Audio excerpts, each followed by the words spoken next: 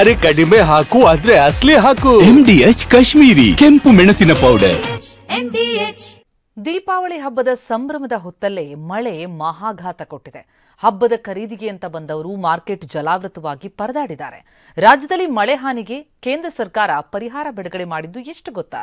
ಇದೆಲ್ಲ ನೋಡೋಣ ಮಳೆ ರಗಳೆ ನ್ಯೂಸ್ ಟಾಪ್ 9 ನಲ್ಲಿ.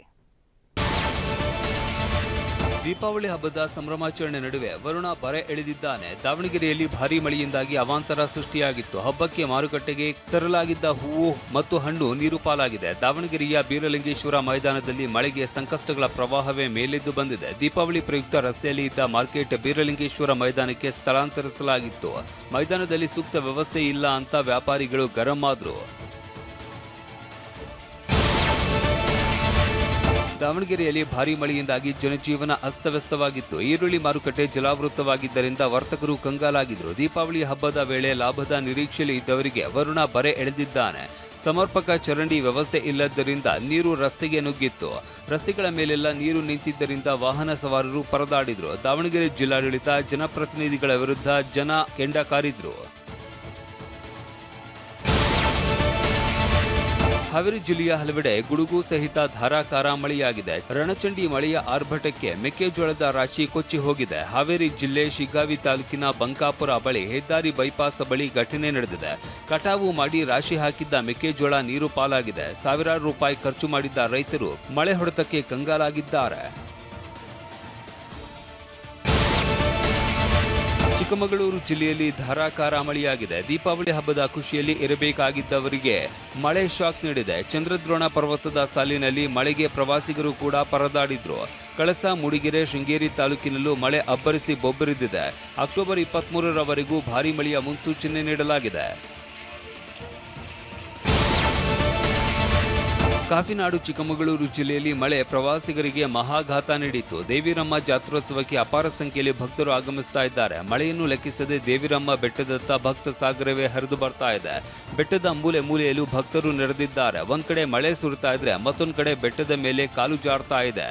ಸುರಿಯುವ ಮಳೆಯ ನಡುವೆ ಬಿಂಡಿಗ ಮಲ್ಲೇನಹಳ್ಳಿ ದೇವಿ ದರ್ಶನ ಪಡೆಯುವುದಕ್ಕೆ ಭಕ್ತರು ಮುಗಿಬೀಳ್ತಾ ಇದ್ದಾರೆ. ಧಾರಾಕಾರ ಮಳೆಗೆ ಬೃಹತ್ ಮರ ಧರೆಗೆ ಉರುಳಿದೆ. ಹೊಸಕೋಟೆ ತಾಲೂಕಿನ ಅತ್ತಿಬೆಲೆ ಗ್ರಾಮದಲ್ಲಿ ಘಟನೆ ನಡೆದಿದೆ. ಬೆಂಗಳೂರು ಗ್ರಾಮಾಂತರ ಜಿಲ್ಲೆ ಹೊಸಕೋಟೆ ತಾಲೂಕಿನ ಅತ್ತಿಬೆಲೆ ಬಳಿ ಧರೆಗೆ ಉರುಳಿದ ಮರಕ್ಕೆ ಗೂಡ್ಸ್ ವಾಹನ ಡಿಕ್ಕಿಯಾಗಿ ಚಾಲಕನಿಗೆ ಗಾಯವಾಗಿದೆ. ಮರ ಬಿದ್ದ ಕಾರಣ ಸೂಲಿಬೆಲೆ ರಸ್ತೆಯಲ್ಲಿ ವಾಹನಗಳ ಸಂಚಾರ ಅಸ್ತವ್ಯಸ್ತವಾಗಿತ್ತು. ಅರಣ್ಯ ಇಲಾಖೆ ಸಿಬ್ಬಂದಿ ಮರ ತಿರುವು ಕಾರ್ಯಾಚರಣೆ ನಡೆಸಿದ್ರು. ರಾಜ್ಯದ 15 ಜಿಲ್ಲೆಗಳಲ್ಲಿ ಭಾರೀ ಮಳೆಯಿಂದಾಗಿ ಹಾನಿಯಾಗಿದೆ ಅಂತ ಮಂಡ್ಯದಲ್ಲಿ ಕೃಷಿ ಸಚಿವ ಚೆಲುವರಾಯಸ್ವಾಮಿ ಹೇಳಿದ್ದಾರೆ. ಮಳೆಗೆ ರಾಜ್ಯದಲ್ಲಿ 14 ಲಕ್ಷ ಹೆಕ್ಟೇರ್ ಬೆಳೆ ಹಾನಿಯಾಗಿದೆ. NDRF ನಿಗದಿಪಡಿಸಿದ್ದಕ್ಕಿಂತ ಹೆಚ್ಚು ನಾವು ಪರಿಹಾರ ನೀಡುತ್ತೇವೆ ಅಂತ ಮಂಡ್ಯದಲ್ಲಿ ಕೃಷಿ ಸಚಿವ ಎನ್ ಚೆಲುವರಾಯಸ್ವಾಮಿ ಹೇಳಿದ್ದಾರೆ. ನೆರೆ ಪರಿಹಾರವಾಗಿ ಕೇಂದ್ರ ಸರ್ಕಾರ ರಾಜ್ಯಕ್ಕೆ 384.40 ಕೋಟಿ ರೂಪಾಯಿ ನೆರವು ನೀಡಿದೆ. ನೈಋತ್ಯ ಮುಂಗಾರಿಗೆ ತತ್ತರಿಸಿದ್ದ ಕರ್ನಾಟಕಕ್ಕೆ ಕೇಂದ್ರ ಸರ್ಕಾರ NDRFನ 2ನೇ ಕಂತಿನ ಮುಂಗಡ ಹಣ ಬಿಡುಗಡೆ ಮಾಡಿದೆ. ಕೇಂದ್ರ ಗೃಹ ಸಚಿವ ಅಮಿತ್ ಶಾ ಹಣ ಬಿಡುಗಡೆಗೆ ಅನುಮೋದನೆ ನೀಡಿದ್ದಾರೆ. ಕರ್ನಾಟಕ ಹಾಗೂ ಮಹಾರಾಷ್ಟ್ರಕ್ಕೆ 1950 ಕೋಟಿ ಮುಂಗಡ ಬಿಡುಗಡೆಗೆ ಅನುಮತಿ ನೀಡಿದ್ದಾರೆ. ಕರ್ನಾಟಕಕ್ಕೆ ನೆರೆ ಪರಿಹಾರವಾಗಿ 384 ಕೋಟಿ ಬಿಡುಗಡೆ ಮಾಡಲಾಗಿದೆ. SDRF ಅಡಿಯಲ್ಲಿ 27 ರಾಜ್ಯಗಳು, NDRF ಅಡಿಯಲ್ಲಿ 15 ರಾಜ್ಯಗಳಿಗೆ ಅನುದಾನ ನೀಡಲಾಗಿದೆ.